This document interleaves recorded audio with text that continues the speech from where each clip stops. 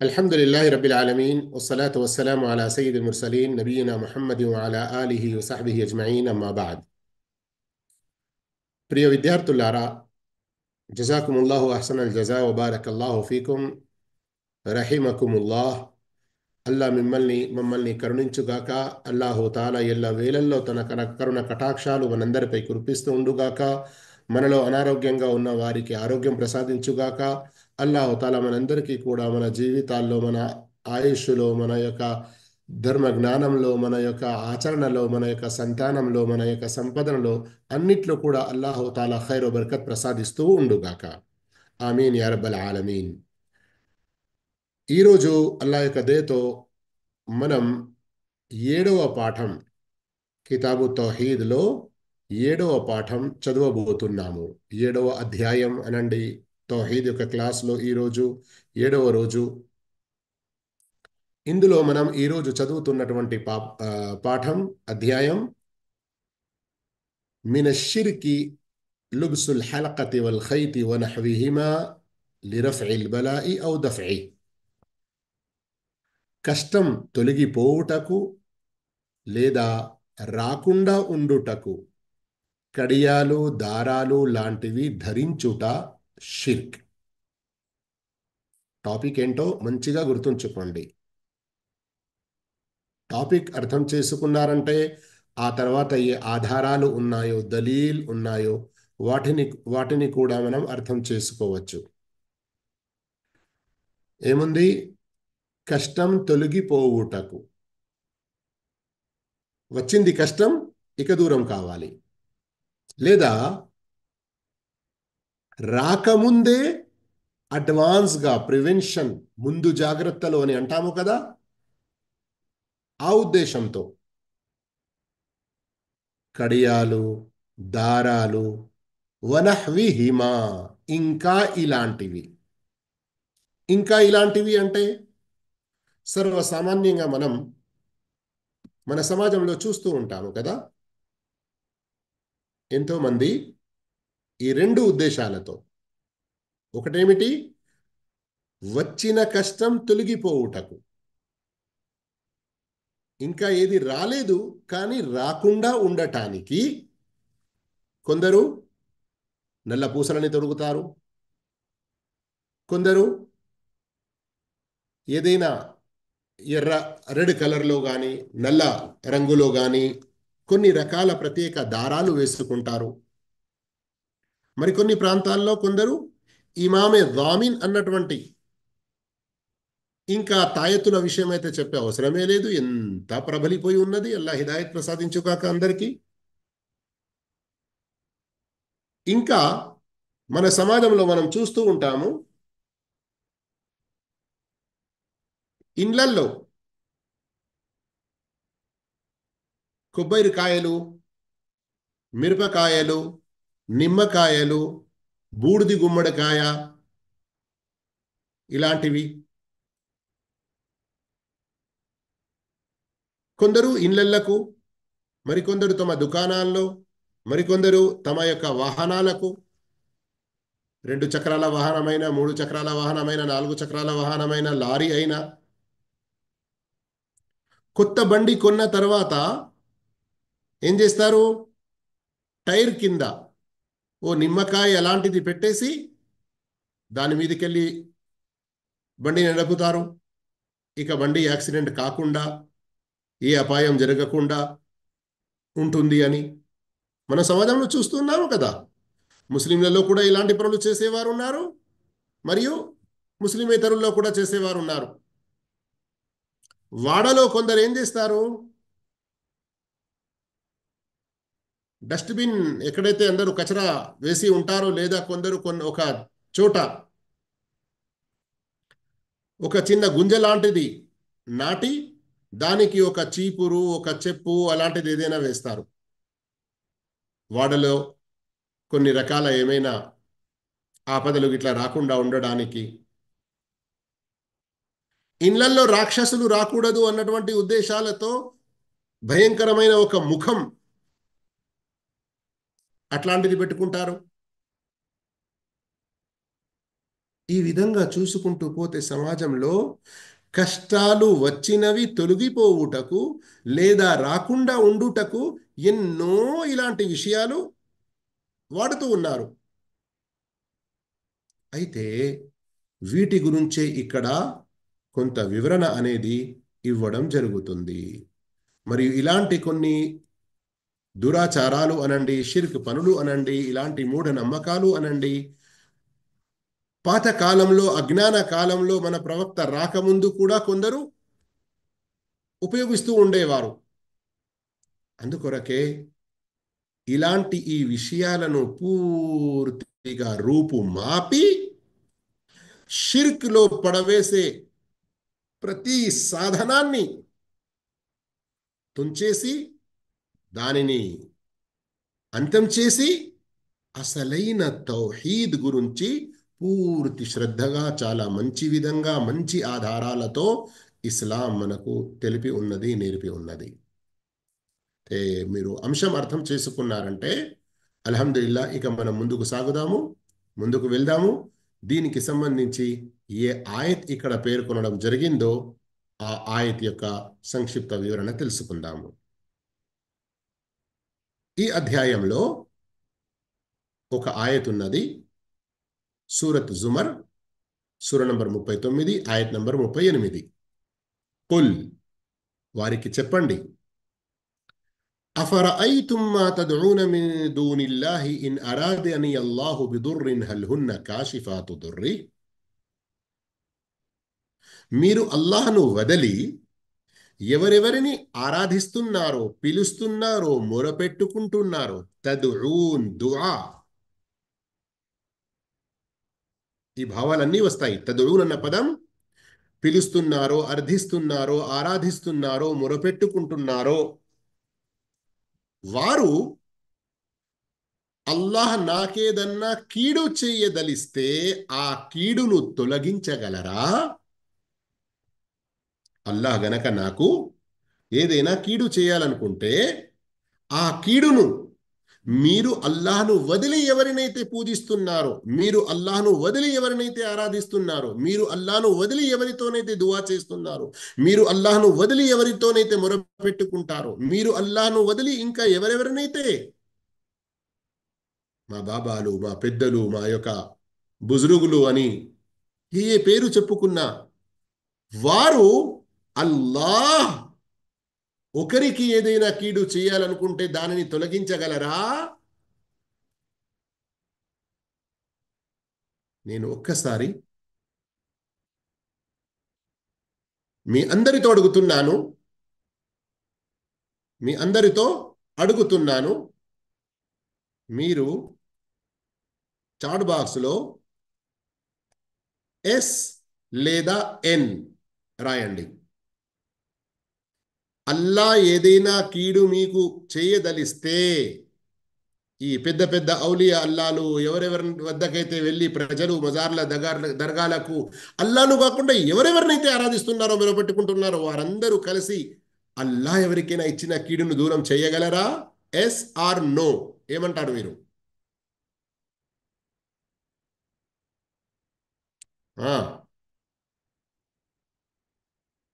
Masha అల్లా, అల్లా బర్కత్ యుగాక మీ యొక్క ఇల్ములో. వాస్తవానికి no అన్న సమాధానమే కరెక్ట్. ఎందుకంటే అల్లాహ్ తప్ప దానిని దూరం చేసేవారు వేరే ఎవరూ లేరు. ఇక్కడ ఒక ఆయత్ ఆధారంగా చెప్పడం జరిగింది, కానీ ఖురాన్లో ఇలాంటి భావంలో ఇంకా ఎన్నో విషయాలున్నాయి, ఎన్నో ఆయతులున్నాయి. వాస్తవానికి అల్లాహ్ ఒకే ఒక్కడు, అందరికీ లాభాలు చేకూర్చేవాడు. ఎవరైనా ఏదైనా నష్టంలో ఉంటే వాటి నుండి బయటికి తీసుకొచ్చేవాడు. సోదర మహాశివులారా, సోదరిమణులారా, ప్రియ విద్యార్థులారా, ఇక రండి మనం దీని తర్వాత హదీత్ చదువుదాము. మన ఈ టాపిక్కి సంబంధించి హదీత్ ఎంత డైరెక్ట్గా ఉన్నదో, ఎంత స్పష్టంగా ఉన్నదో గమనించండి. హజరత్ ఇమ్రాన్ ఇబ్న్ హుసైన్ రదియల్లాహు తనను ఉల్లేఖించారు. أن النبي صلى الله عليه وسلم رأى رجلا في يده حلقة من صفر فقال ما هذه؟ قال من الواهنة. فقال انزعها فإنها لا تزيدك إلا وهنا فإنك لو مت وهي عليك ما أفلحت أبدا. ప్రవక్త సల్లల్లాహు అలైహి వసల్లం ఒక వ్యక్తి చేతిలో రాగి కడియం రాగి కడియం చూశారు.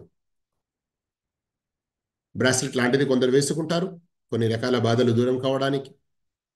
అయితే ప్రవక్త సల్లల్లాహు అలైహి వసల్లం అతన్ని అడిగారు ఇదేమిటి అని.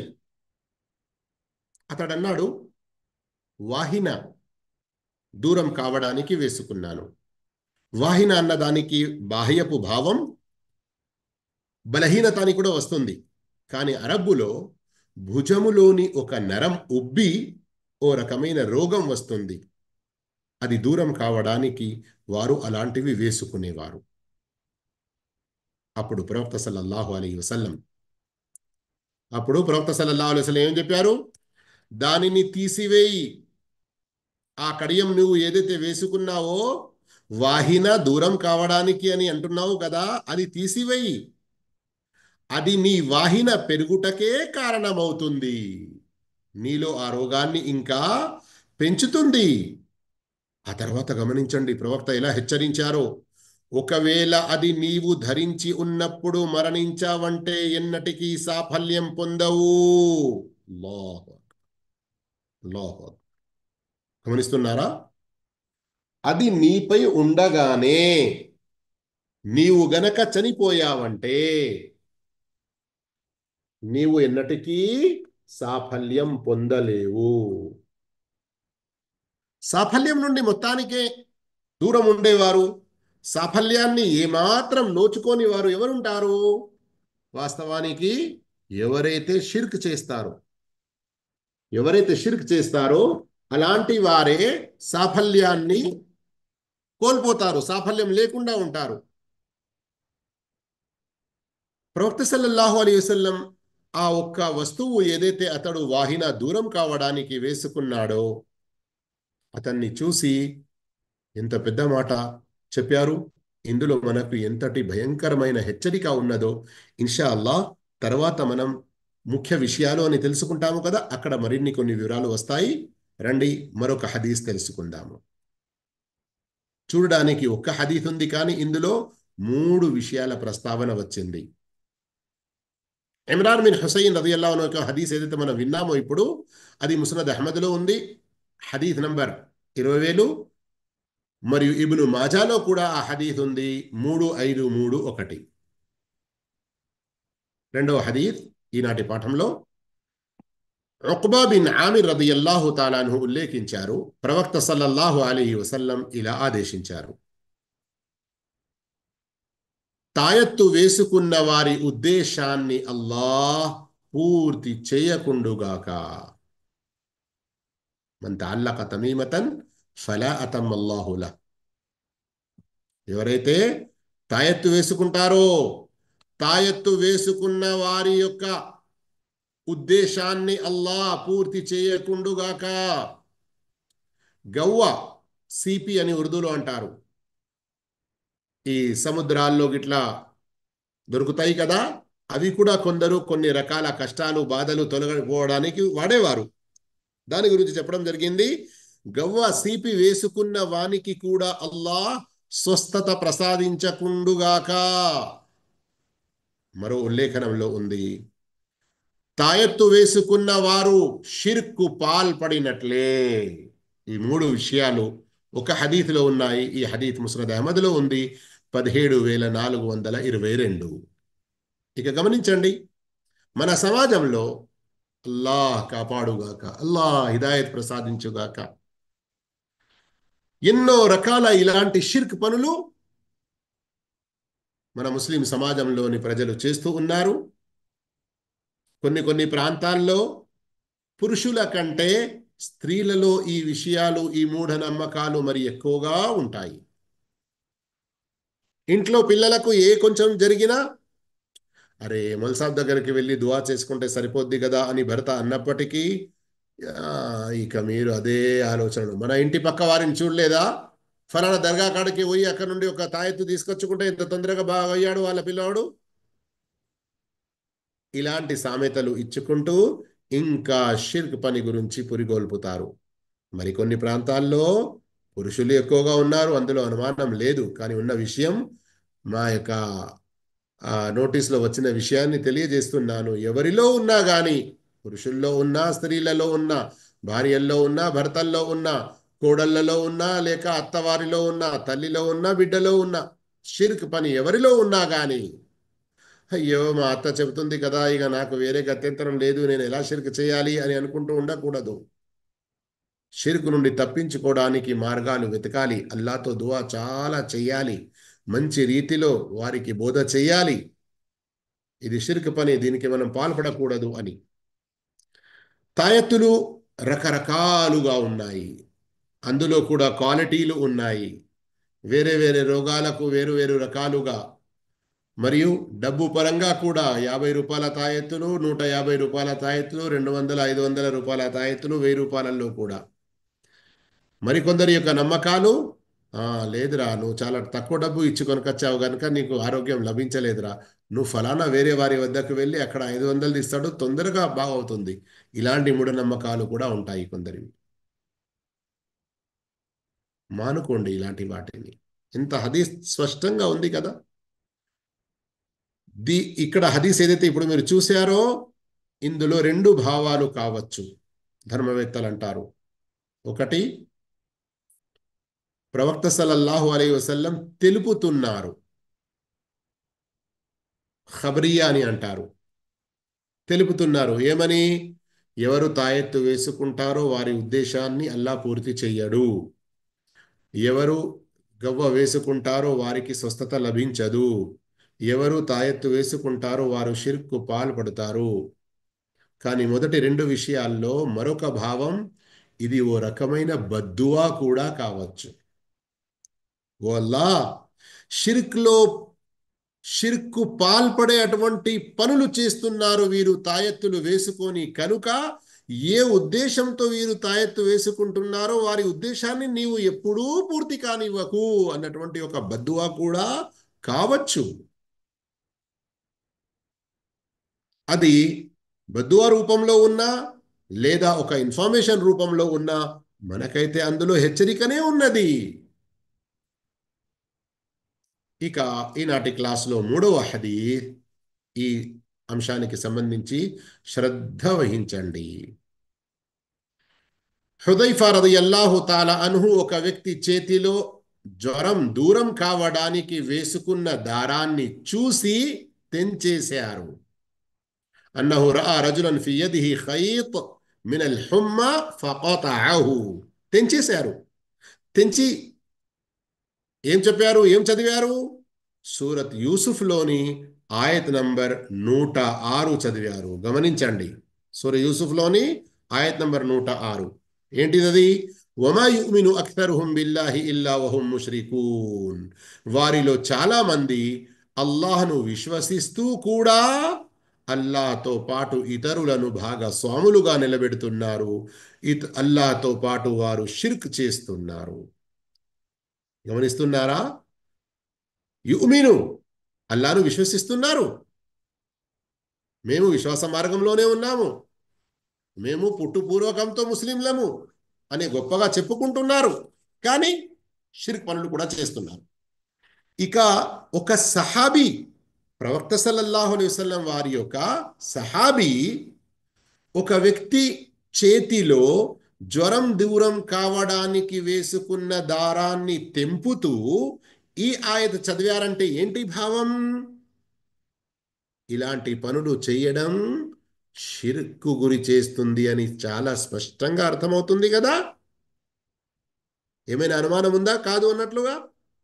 అందుకొరకే ఇలాంటి వాటిని మనం వదులుకోవాలి. సంక్షిప్తంగా మరొకసారి మీరు చూడండి, ఈనాటి క్లాస్ మనది అధ్యాయం 7, కష్టం తొలగిపోవుటకు లేక రాకుండా ఉండుటకు కడియాలు, దారాలు ఇంకా ఇలాంటివి ధరించుట షిర్కులో వస్తుంది. దీనికి ఆయత్ ఒకటి ప్రస్తావించారు సూర్య జుమర్లోనిది 38వ ఆయత్. చెప్పండి మీరు. అల్లాహను వదిలి మీరు ఎవరెవరినైతే పిలుస్తున్నారో అర్థిస్తున్నారో వారు అల్లా నాకేదైనా కీడు చేయదలిస్తే ఆ కీడును తొలగించగలరా? లేదు. ఆ తర్వాత 3 హదీసులు చదివాము. మొదటి హదీస్ యొక్క భావం ఏంటి? వాహిన అన్నటువంటి రోగం దూరం కావడానికి ఒక పసుపచ్చ కలర్లో ఉన్నటువంటి ఒక రాగి కడియం వేసుకున్నారు ఒక వ్యక్తి. ప్రవక్త చూసి చెప్పారు, దీనిని తీసేయి, అది నీ వాహినను ఇంకా పెంచుతుంది, మరియు నీవు తీయకుంటే అదే స్థితిలో మరణిస్తే నీవు ఎన్నటికీ సాఫల్యం పొందవు. రెండవ హదీసులో తాయత్తు గురించి ప్రత్యేకంగా చెప్పడం జరిగింది. అది వేసుకున్న వారి యొక్క ఉద్దేశాన్ని అల్లా పూర్తి చేయకూడదు. మరియు ఎవరైతే గవ్వలు వేసుకుంటారో ఏదైనా స్వస్థత కలగడానికి వారికి స్వస్థత లభించకూడదు, మరియు అది వేసుకోవడం షిర్కు పాల్పడినట్లవుతుంది అని. ఇక 3వ హదీసులో హుదైఫా రదియల్లాహు తాలా అన్హు జ్వరం దూరం కావడానికి ఒక దారం వేసుకున్న వ్యక్తిని చూసి ఆ దారం తెంపేశారు, మరియు సూరత్ యూసుఫ్లోని ఆయత్ చదివారు. చాలా మంది విశ్వసించినప్పటికీ కూడా షిర్కు పాల్పడుతున్నారు. ఈ ఒక్క ఆయత్ మరియు 3 హదీసుల ద్వారా మనకు బోధపడిన విషయాలేంటి? మొదటి విషయం, రోగాలు దూరమగుటకు కడియాలు, దారాలు వేసుకొనుట కఠినంగా నివారించబడింది. కఠినంగా అని ఎందుకు చెప్పారు ఇక్కడ? ఎందుకంటే ప్రవక్త సల్లల్లాహు అలైహి వసల్లం చెప్పారు కదా, పైన మనం చదివినటువంటి ఇమ్రాన్ ఇబ్న్ హుసైన్ హదీసులో, మా అఫ్లహ్త అబదా, నీవు ఎన్నటికీ సాఫల్యం పొందలేవు అని. దాని ద్వారా కఠినంగా వారించారు అని తెలిసింది. రెండో విషయం తెలిసింది ఏంటి మనకు? అతను అదే స్థితిలో చనిపోతే సఫలుడు కాడు అన్న ప్రవక్త హెచ్చరిక ద్వారా సహాబాల మాటకు ఆధారం లభిస్తుంది. ఏంటి సహాబాల మాట? షిర్కే అస్గర్. షిర్కే అస్గర్ అంటే చిన్న షిర్క్, కబీరా గునాహలో, ఘోరమైన పాపాల్లో చాలా పెద్దది. అర్థం చేసుకోండి. సహాబాలు ఏమనేవారు? చిన్న షిర్క్ ఏదైతే ఉందో అది పెద్ద పెద్ద ఘోరమైన పాపాలు ఉన్నాయి కదా, వాటిలో అతి పెద్ద స్థానంలో వస్తుంది. దీనికి సంబంధించి ఉలమాలు కొందరు హజరత్ అబ్దుల్లా బిన్ మసూద్ రదియల్లాహు అన్హు గారి ఒక హదీస్ కూడా చెబుతారు. ఇక మూడో విషయం ఏం తెలిసింది? అజ్ఞానం అంటే తెలియకపోవడం ఒక సాకుగా పరిగణించబడలేదు. అంటే ఆ సహాబీ తెలియకనే ధరించారు కదా, సహాబీ తెలిసి ధరించలేదు. ఇది వేసుకుంటే తప్పు, ఇది వేసుకుంటే మాకు స్వస్థత కలగదు, ఇది వేసుకోవడం ద్వారా ఇలాంటి విషయం ఏది తెలియదు సహాబీకి. కానీ ఎప్పుడైతే ప్రవక్త చెప్పారో తీసివేశారు. కానీ ప్రవక్త ఇంత గట్టిగా హెచ్చరించారు చూడండి. అంటే ఏమి తెలిసింది ఇక్కడ? కొన్ని సందర్భాల్లో మనిషి తెలియకుండా ఏదైనా షిర్క్ పని చేస్తే, అయ్యో తెలియక చేశాడు కదా పోనీ అన్నట్లుగా కాకుండా హెచ్చరించాలి, అతనికి చెప్పాలి, ఇది తప్పు అన్నట్లుగా బోధించాలి. అయ్యో తెలియక చేస్తున్నాడు వదలండి అని కాదు. ఎందుకంటే తెలియకపోవడం, అజ్ఞానం ఒక సాకుగా ఉండదు అది చేయడానికి. నాలుగో విషయం, దాని వలన ఇహలోకంలో లాభం కలగదు, నష్టమే కలుగుతుంది. ఎలా తెలిసింది? ప్రవక్త చెప్పారు కదా, దాని వలన వహన్ ఇంకా పెరుగుతుంది అని, లా తజీదుక ఇల్లా వహన. ఇక ఈ నష్టం ఎలాంటిది? శ్రద్ధగా వినండి. ప్రవక్త చెప్పారు గనక మనం తప్పకుండా నమ్మాలి. కానీ కొన్ని సందర్భాల్లో ఇహలోకంలో ఏర్పడకపోవచ్చు, ఆ నష్టం పరలోకంలో కావచ్చు. అవునా కదా?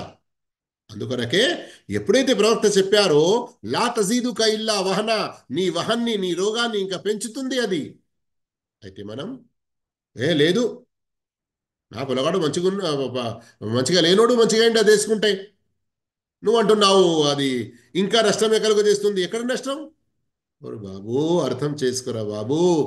రోగంతో ఉన్నవాని రోగం పోవడమే ఒక్క లాభం కాదు, నీ విశ్వాసానికి లోపం కలిగిస్తే అది మరీ పెద్ద నష్టం కదా. ఇంకా వేరే రకాల నష్టాలు కూడా కావచ్చు ఈ లోకంలో పరలోకంలో. ప్రవక్త చెప్పారు గనక, ప్రవక్త అనైతే అబద్ధం చెప్పరు, ప్రవక్త అనైతే తప్పు మాట చెప్పరు. అందుకొరకే మన విద్య తక్కువ ఉన్నది, మనకు ఇంకా అనుభవాలు కలగలేవు. ఇలాంటి నష్టాలు అది మన కొరత. కానీ అది బావిలో ఉండి కప్ప మొత్తం ప్రపంచం ఇంతే అని అనుకుంటుందట కదా, ఒక సామెత ఉంది కదా. అలా మనం కాకూడదు. మనకు ఇంకా తెలియలేదు, ఆ నష్టాలు మన దృష్టిలో రాలేదు అని ప్రవక్త మాటని తిరస్కరించినట్లుగా ప్రవర్తించవద్దు. చాలా జాగ్రత్తగా ఉండాలి ఇలాంటి విషయాల్లో. ఐదో విషయం ఏం తెలిసింది మనకు? ఇలాంటి పని చేసిన వారిని కఠినంగా హెచ్చరించాలి. ఎందుకంటే ఇది షిర్కు పాల్పడే విషయం కదా. ఇక్కడ కఠినంగా అంటే ఏంటి? 4 తిట్లు అని కాదు, తిట్టి అని కాదు, మంచి మాటతోనే, కానీ దాని యొక్క నష్టాన్ని స్పష్టపరచడం. కఠినంగా హెచ్చరించడం అంటే ఏంటి? ఇక్కడ దుర్భాషలు ఆడటం కాదు. కఠినంగా హెచ్చరించడం అంటే మెల్లగా చెప్పే మాటను, ఓ ఇక అతన్ని మింగేస్తావా అన్నటువంటి కోపాన్ని ప్రదర్శించి చెప్పడం కాదు. కఠినంగా హెచ్చరించడం అంటే దాని నష్టాన్ని స్పష్టపరచడం. ప్రవక్త ఏం చేశారు? తీసివేయి, అది నీ వహన్ను పెంచుతుంది, అది నీ నీ చేతిలో ఉన్నప్పుడు నీవు చనిపోయావంటే ఎన్నటికీ సాఫల్యం పొందవు. గమనిస్తున్నారా? ఆ ఆరో విషయం మనకేం తెలిసింది? ఇలాంటివి వేసుకున్న వారు దాని వైపే అప్పగించబడుతారని స్పష్టంగా ఉంది. ఉక్బా బిన్ ఆమిర్ హదీస్లో 3 విషయాలు ఒకేసారి వచ్చాయి కదా. అందులో విషయం చెప్పబడింది కదా. అది ఖబరియా కావచ్చు, లేదా బద్దువా కూడా కావచ్చు అని చెప్పాను కదా. ఏడో విషయం, తాయత్తు వేసుకున్న వారు షిర్కు పాల్పడినట్లే అని స్పష్టమైంది. ప్రవక్త గారు చెప్పారు కదా, మన తల్లక తమీమతన్ ఫకద్ అష్రక్. ఎనిమిదో విషయం తెలిసిందేంటి? జ్వరం దూరం కావడానికి దారం వేసుకొనుట కూడా ఇందులోనే పరిగణించబడుతుంది. ఇక్కడ దారం అంటే మీరు ఏదో కుట్టడానికి సూదిలో పెట్టే దారం ఒకటే అలా అనుకోకండి. రకరకాల దారాలు, వేర్వేరు మూఢనమ్మకాలతో ప్రజలు వేసుకుంటారు, ఉపయోగిస్తారు, అది అని. కానీ ఇక కొన్ని సందర్భాల్లో పెద్దలకు కానీ పిల్లలకు కానీ ఇంట్లోనే కొన్ని కుటీర వైద్యాలు అని అంటాము కదా మనం, చిట్కాలు, ఇంటి చిట్కాలు పాటిస్తాము. ఎవరికైనా జ్వరం ఎక్కువ అయింది అంటే ఒక తెల్ల గుడ్డ తెప్పించి, ఒక ఏదైనా మంచి గుడ్డ తెప్పించి నీళ్ళల్లో తడిపి చంకల్లో పెడతాము, మెడకాడ పెడతాము, లేదా మొత్తం ఛాతిపై వేస్తాము. అయ్యో ఇవన్నీ కూడా దారాలు కలిపే ఒక గుడ్డ తయారైంది కదా అని అనుకోకండి. అది ప్రాక్టికల్గా అనుభవంలో వచ్చిన విషయం. దాని వివరాలు ఇన్షాల్లా తర్వాత వస్తున్నాయి కూడా ఇదే పాఠంలో. 9వ విషయం, హుదైఫా రదియల్లాహు తాలా అన్హు పఠించిన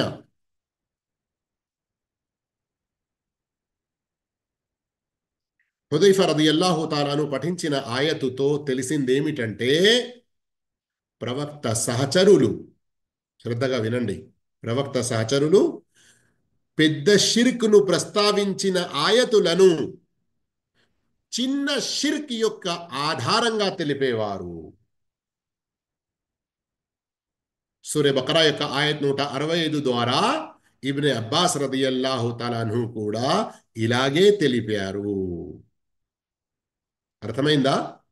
అర్థం కాలేదా? ఇప్పుడు ఉదాహరణకు ఈ మాట ఏదైతే ఆయత్ ఉన్నదో, సూరే యూసుఫ్లోని ఆయత్ మనం ఇంతకుముందు చదివాము కదా, వమా యుమిను అక్తరుహుం బిల్లాహి ఇల్లా వహుం ముష్రికూన్ పైన చదివాము. దారం తెప్పిన తర్వాత హుదైఫా రదియల్లాహు అన్హు ఆయత్ చదివారు కదా. మరియు ఇబ్ను అబ్బాస్ రదియల్లాహు తఆలా మరియు సూరతుల్ బకరా ఆయత్ నంబర్ 165 ఏదైతే ఉందో, వాస్తవానికి వీటిలో పెద్ద షిర్క్ ప్రస్తావన ఉన్నది. వాస్తవానికి వీటిలో ఏమున్నది? పెద్ద షిర్క్ ప్రస్తావన.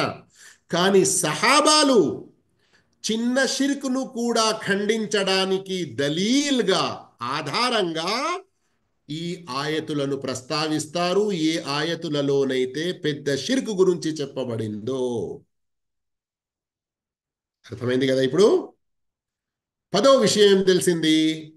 దిష్టి తగలకుండా గవ్వ, సిపి వేసుకొనుట కూడా షిర్క్ అవుతుంది.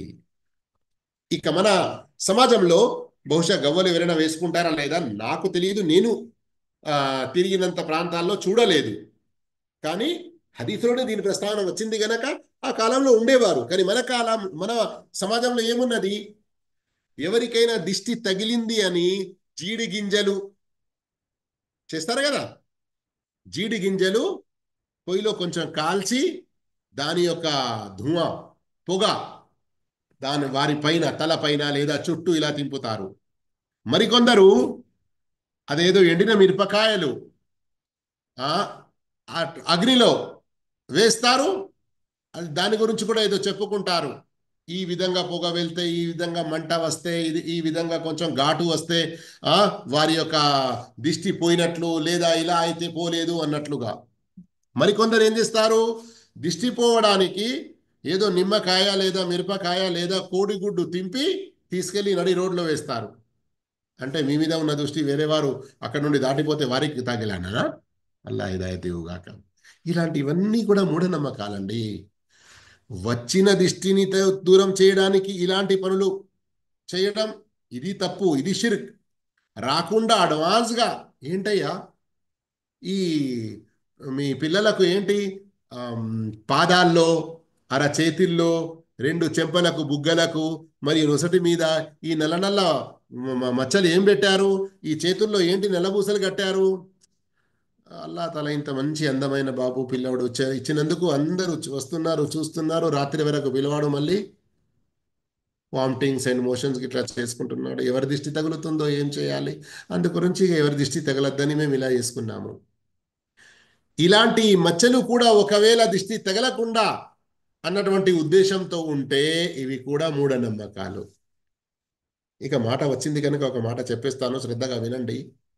అయ్యో మరి ఇవన్నీ కూడా షిర్క్ అంటున్నారు, పాడు అంటున్నారు, చేయొద్దు అంటున్నారు, మూఢనమ్మకాలు అంటున్నారు.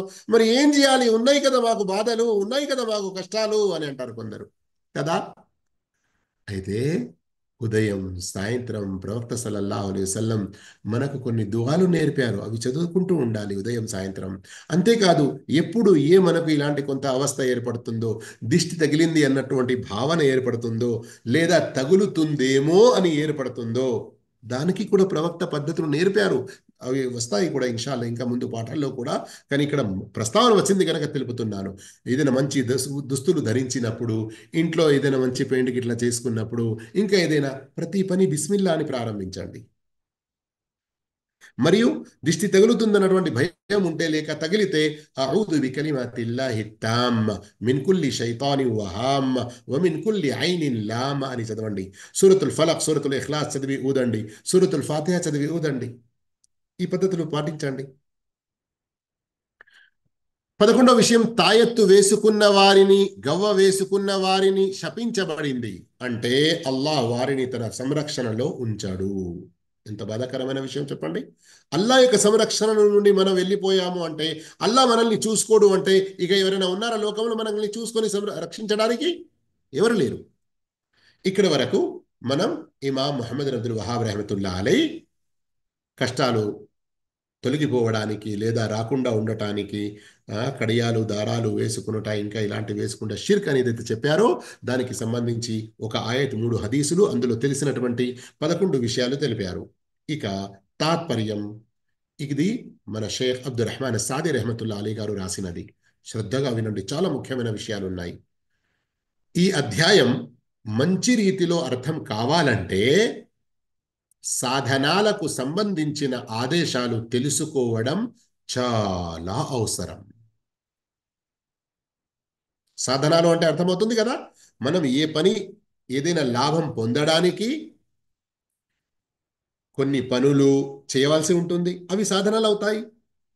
మనం ఏదైనా నష్టం నుండి దూరం ఉండాలంటే కూడా కొన్ని ఏమైనా చేయాలి ఉంటుంది. ఒక టార్గెట్కు రీచ్ కావడానికి ఏదైతే మధ్యలో సాధనాలు ఉంటాయో, సోర్సెస్ ఉంటాయో అవి. అదేమంటున్నారు? ఈ అధ్యాయం 7వ అధ్యాయం ఇది మంచి రీతిలో అర్థం కావాలంటే సాధనాలకు సంబంధించిన ఆదేశాలు తెలుసుకోవడం చాలా అవసరం. సరే, అవసరం అండి మాకు. మరి ఎక్కడున్నాయి అవి? ఎలా తెలుసుకోవాలి? అయితే మీరు బయటికి వెళ్ళి ఎక్కడ తెలుసుకుంటారో నాకు తెలియదు, నేను సంక్షిప్తంగా చెప్తున్నాను, చదవండి వినండి అని ఆయనే అల్హమ్దుల్లా మనకు ఏమంటారు దాన్ని పొట్టు తీసి మన నోట్లోకి తీసుకొచ్చి పెడుతున్నారు అరటిపండు మాదిరిగా. దాని వివరణ ఇలా ఉంది. సాధనాలకు సంబంధించి 3 విషయాలు తెలుసుకోవడం విధిగా ఉంది. ఇప్పుడు తెలుసుకోండి మీరందరూ కూడా. మీకు తెలిసిన వారందరికీ తెలుపండి ఈ విధిని. 3 విషయాలు ఏంటి? మొదటి విషయం, ధార్మికంగా లేదా శాస్త్రీయంగా, ధార్మికంగా లేదా శాస్త్రీయంగా లాభకరమైన సాధనం అని రుజువైన వాటినే సాధనంగా ఉపయోగించాలి. ఒక విషయాన్ని, ఒక వస్తువును మనం సాధనంగా ఉపయోగిస్తున్నాము అంటే అది ధార్మికంగా రుజువై ఉండాలి, అది లాభం కలుగజేస్తుంది అని, లేదా శాస్త్రీయంగా రుజువై ఉండాలి. రెండో ఆదేశం ఏంటి? వాటిని ఉపయోగించే వ్యక్తి, ఆ సాధనాలను లేదా ఏదైనా ఒక్క సాధనాన్ని ఉపయోగించే వ్యక్తి యొక్క నమ్మకం, ఆధారం, భరోసా వాటిపై అంటే ఆ సాధనాలపై ఉండకూడదు. వాటిని సాధనంగా చేసిన అల్లాహపై ఉండాలి. అర్థమైందా? వాటిలో ఏ లాభం ఉందో దాని కొరకు అది ఉపయోగించాలి. కానీ అసలు నమ్మకం, అబ్బా ఇక ఈ జీడి గంజ తింపి తీసేశారంటే ఖలాస్, ఇక నాకు ఏ డోకా లేదు, నాకు ఏ భయం లేదు, అంతా పోతుంది అని దాని మీదనే మొత్తం ఇలా పెట్టుకోవడం, అసలే అది షిర్క్, అసలే అది షిర్క్. కానీ శాస్త్రీయంగా లేదా ధార్మికంగా రుజువైన విషయం, ఒక చిన్న ఉదాహరణ ఇస్తాను మాట అర్థం కావడానికి మీకు. ప్రవక్త సల్లల్లాహు అలైహి వసల్లం వారు ఏం చెప్పారు? అల్ హబ్బతు సౌదా, కొందరు వీటిని నల్ల మిరియాలు అని అంటారు, లేదా ఉర్దూలో కొలోంజీ అని అంటారు కదా. కలోంజీ, కలోంజీ. తెలుగులో ఏమంటారో దీనికి వేరే ఏదైనా పదం ఉంటే తెలిసిన వారు రాయండి చాట్లో. ఈ హబ్బతు సౌదా గురించి ప్రవక్త సల్లల్లాహు అలైహి వసల్లం వారు చెప్పారు, ఇది చావు తప్ప అన్ని రోగాల కొరకు ఒక మంచి ఔషధం అని. కదా, ప్రవక్త వారి హదీస్. ఇక అది మరి ఖురాన్లో అల్లాహ్ తాలా తేనె గురించి ఏం చెప్పాడు?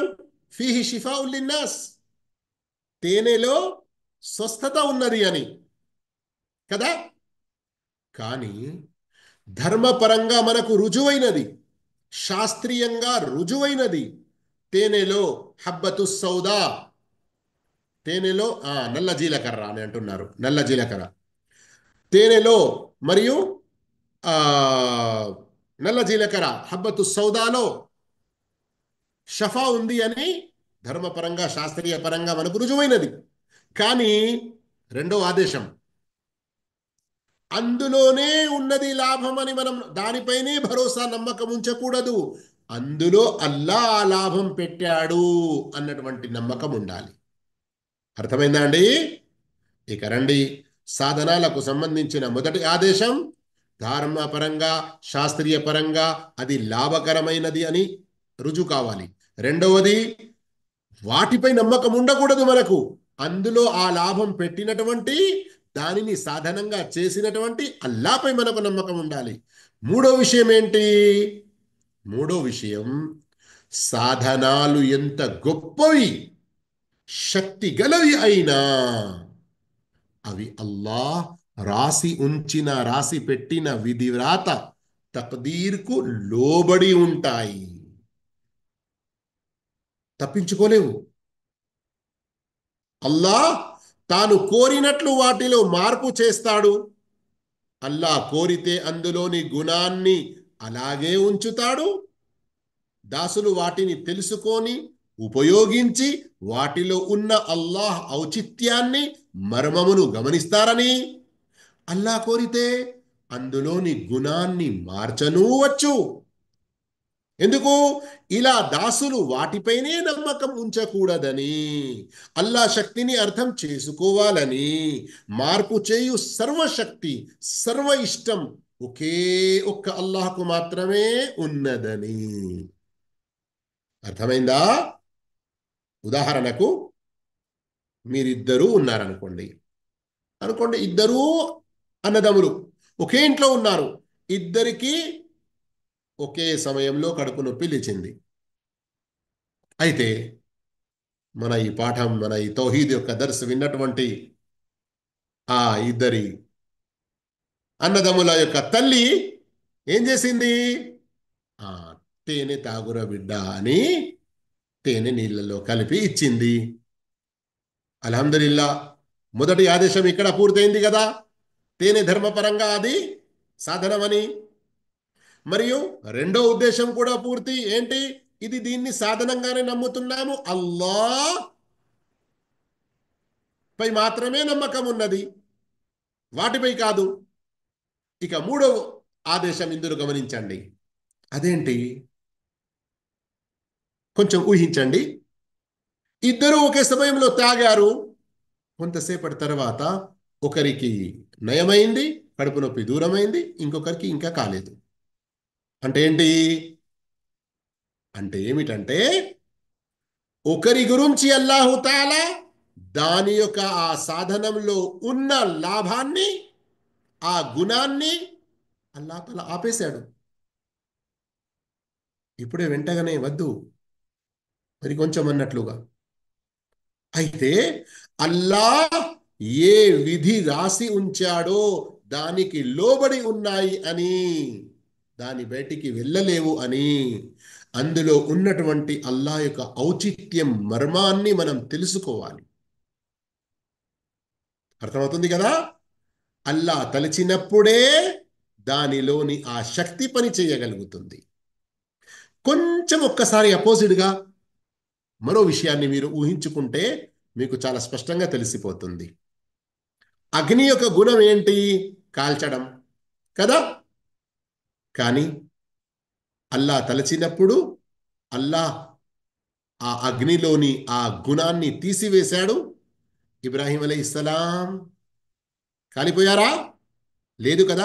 ప్రజలకు అగ్ని కనబడుతుంది, వాస్తవానికి అగ్ని మండుతుంది. ఆ అగ్ని మధ్యలోనే ఉన్నారు ఇబ్రాహీం అలైహిస్సలాం. కానీ అల్లాహ్ డైరెక్ట్ ఆదేశం ఇచ్చేశాడు అగ్నికి. అంటే ఏంటి? అగ్నిలోని కాల్చే ఆ గుణాన్ని అల్లాహ్ తాలా ఆ సమయంలో తీసుకున్నాడు. నీవు కాల్చొద్దు, కూని బర్దం సలామా అని ఆయతే ఉన్నది ఖురాన్. అవునా కాదా? ఇలాంటి ఇంకా ఎన్నో ఉదాహరణలు ఉన్నాయి. అవన్నీ చెప్పుకుంటూ పోతే సమయం సరిపోదు. కానీ మీకు తెలుసు కదా, ఇస్మాయిల్ ఇస్లాంను జిబా చేసే విషయం కానివ్వండి, యూనుస్ అలీ ఇస్లాం చేప దాంట్లో ఉండడం కానివ్వండి, ఇలాంటి విషయాలు ఇంకా. పై ముఖ్య విషయం తెలుసుకున్న తర్వాత, పై ముఖ్య విషయం అంటే అర్థమైందా? ఈ మూడు ఆదేశాలు సాధనలకు సంబంధించినది. ఇక వచ్చిన కష్టం తొలగిపోవడానికి లేదా కష్టం రాకుండా జాగ్రత్త పడడానికి దారం లేక కడియం, దారం లేక కడియం లాంటివి వేసుకున్నవాడు షిర్క్ చేసినట్లే కదా. నేను అడుగుతున్నాను, అవును అని మీకు ఇంకా ఏర్పడకుంటే రండి, దానికి కూడా సమాధానం ఉంది. ఎలా అనగా, అది ఎలా షిర్క్ అవుతుంది? కడియాలు, దారాలు, జీడి గింజలు, నిమ్మకాయలు, బూడిది గుంబలు, ఇంకా వేరే వేరే ఏవేవైతే ఉపయోగిస్తారో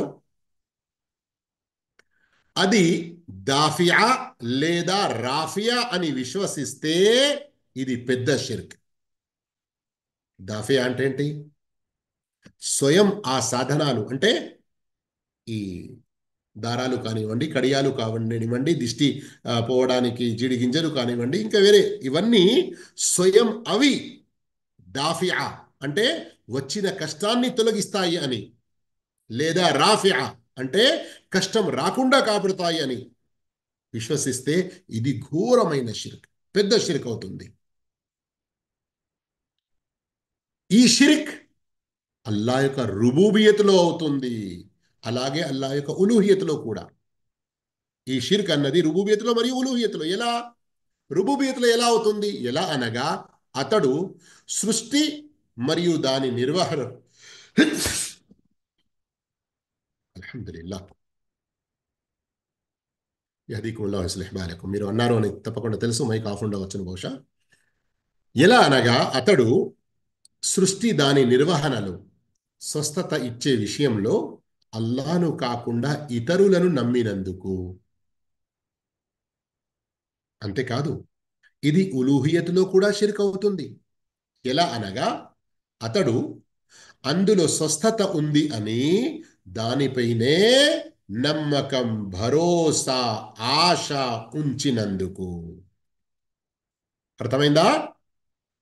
స్వయం అవి కొందరు అంటారు కదా, మన సమాజంలో ఇప్పటికీ ఉన్నారు కదా, అబ్బో బోల్సాబు మీ మాట మంచిదే కానీ నా తాయెత్తు తీయకండి బాబు, అబ్బో మీరు తాయెత్తు తీశారంటే ఖలాస్, ఇక నాకు మళ్ళా రోగం మొదలవుతుంది, ఈ తాయెత్తు ఉంటేనే నేను కొంచెం బతుకున్నాను. ఈ విధంగా అనేవాళ్ళు ఉన్నారు మనలో. ఒకవేళ అదే లాభం చేకూరుస్తుంది, అదే కష్టాన్ని దూరం చేస్తుంది, కష్టం రాకుండా ఉంచుతుంది, దాఫియా రాఫియా అంటాయి అని అలాంటి నమ్మకం ఉంటే ఇది పెద్ద షిర్క్ అవుతుంది. మరి ఈ పెద్ద షిర్క్ రుబూబియత్లో కూడా అవుతుంది, ఉలూహియత్లో కూడా అవుతుంది. రుబూబియత్లో ఎలా? దానిలో అంత శక్తి ఉంది అని నమ్మడం ద్వారా. వాస్తవానికి అలాంటి శక్తి అందులో లేదు. అల్లా తఆలా అసలైన శక్తి గలవాడు. మరియు అందులో ఉంది అని నమ్మకం, భరోసా, ఆశ తీసేస్తే భయం వాటిపై ఉన్నది గనక ఉలూహియత్లో ఇది షిర్క్ అవుతుంది. కానీ అలా కాకుండా గమనించండి, ఒకవేళ అతడు అల్లాహే దాఫె, కష్ట నష్టాలు వచ్చిన తర్వాత దూరం చెయ్యువాడు, లేదా రాఫె అంటే కష్ట నష్టాలు రాకుండా కాపాడువాడు అని విశ్వసించి అవి కేవలం సాధనం మాత్రమే అని నమ్మినవాడు ధార్మికంగా, శాస్త్రీయంగా సాధనం లేని వాటిని సాధనంగా నమ్మినవాడవుతాడు కదా. ఈ దారాలను, ఈ కడియాలను, ఈ జీడి గింజలను, ఈ నిమ్మకాయలను, ఈ బూడిది గుమ్మలను వాడలో ఒక చోట ఒక గుంజగా నాటి దానికి చెప్పు మరియు చీపురు గిట్ల వేయడం, ఇవన్నీ ధర్మపరంగా ఒక సాధనమని షరియత్ తెలుపలేదు, ఇస్లాం తెలుపలేదు. శాస్త్రీయ పరంగా కూడా అవి సాధనం అని రుజువు కాలేదు. అందుకొరకే ఏ వాటిని అల్లా ధార్మికంగా, శాస్త్రీయంగా తెలుపలేదో అలాంటిని వారిని అతడు నమ్మిన వాడయ్యాడు. కనుక ఇది నిషిద్ధం. మరియు ఇది ఇస్లాంపై, వైద్య శాస్త్రంపై ఒక అబద్ధం మోపినవాడు అవుతాడు. ఎలా అనగా ఇస్లామీయ ధర్మం దీనిని చాలా కఠినంగా నివారించింది. ఇంతకుముందు మనం చదివాము కదా, మా అఫ్లహ్త అబదా లా తజీదు ఇల్లా వహనా, అల్లా వాటి ఉద్దేశాన్ని పూర్తి చేయకూడదు, ఇది షిర్క్ చేసిన వాడు అవుతాడు, అవన్నీ చదివాము కదా మనం. నివారించింది ఇస్లాం. అది నివారించినవి లాభాన్నిచ్చేవి కావు. అల్లా మరియు ప్రవక్త దేన్ని నివారించారో అందులో లాభం అనేది ఉండదు. ఇక శాస్త్రీయంగా కూడా ఇవి ఆమోదం పొందినవి కావు. లాభం చేకూర్చే ఔషధాల్లో కూడా ఇవి లెక్కించబడవు. లాభం చేకూర్చే ఔషధాల్లో కూడా లెక్కించబడవు. అందుకే ఇవి షిర్క్ వైపునకు లాక్కొని వెళ్ళే సాధనాలు.